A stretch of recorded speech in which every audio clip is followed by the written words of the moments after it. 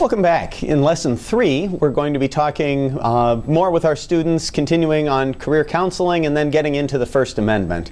In the career counseling component, we're going to continue to build on that checklist that we gave to the students in Lesson 2. Hopefully they've kept it with them in the folder, been able to update a few of the activities that they've engaged in, and you're going to be reviewing that checklist with them to see if they've made any progress. Maybe they have questions about how they can accomplish some of the next steps, or if they haven't accomplished anything next on the checklist, maybe you can offer some advice as to resources they might look to help them take the next steps in making their career dream a reality.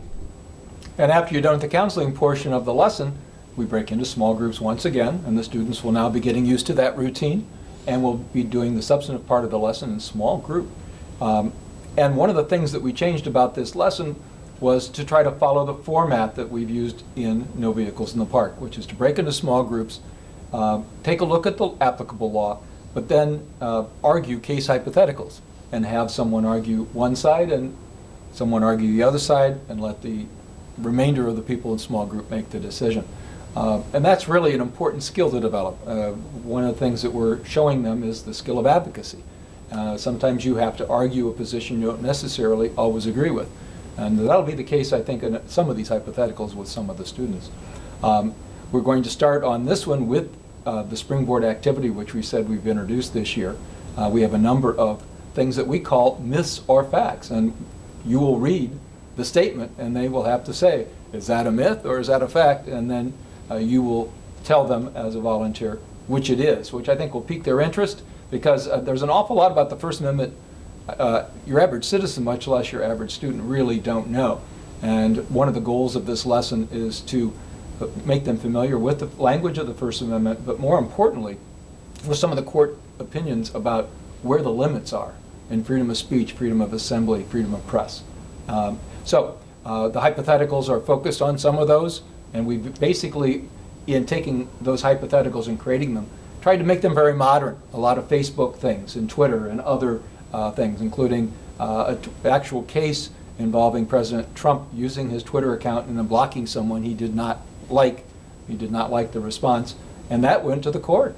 And so we'll find a great deal of interest, I think, in that one. Another was a Facebook post by a senior in high school who was a rapper on his own time, and on a weekend, not at school, he came up with a rap song.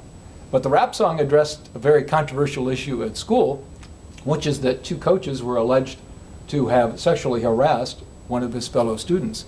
And he goes on to document this and give his opinion about that and a threat toward those coaches. And he is suspended from school, and that goes into the courts. And so he argued that that was his First Amendment right and his First Amendment freedom. So those are kinds of very interesting cases we've included as hypotheticals. And once again, you as volunteers can go through and pick out which hypotheticals you want to focus on with the students.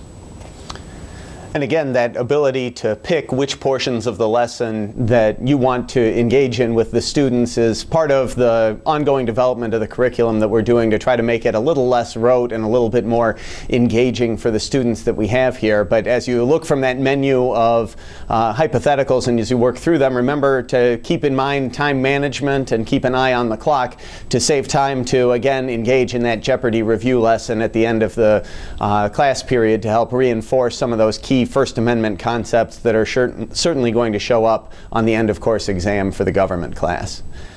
And in trying to provide some continuity with these lessons, again, in the first lesson we've talked about common law, we've talked about the importance of precedent and the important role of the courts, and that's highlighted again with this First Amendment, that every time they decide where the limit is with freedom of speech, and then discuss the cases that might actually have existed regarding those issues, they will once again see how common law plays a really important part in establishing precedent and giving some answer to where the line can be drawn with the First Amendment. Absolutely. So thank you again for joining us as volunteers as we move into Lesson 3, and we hope you have a great time.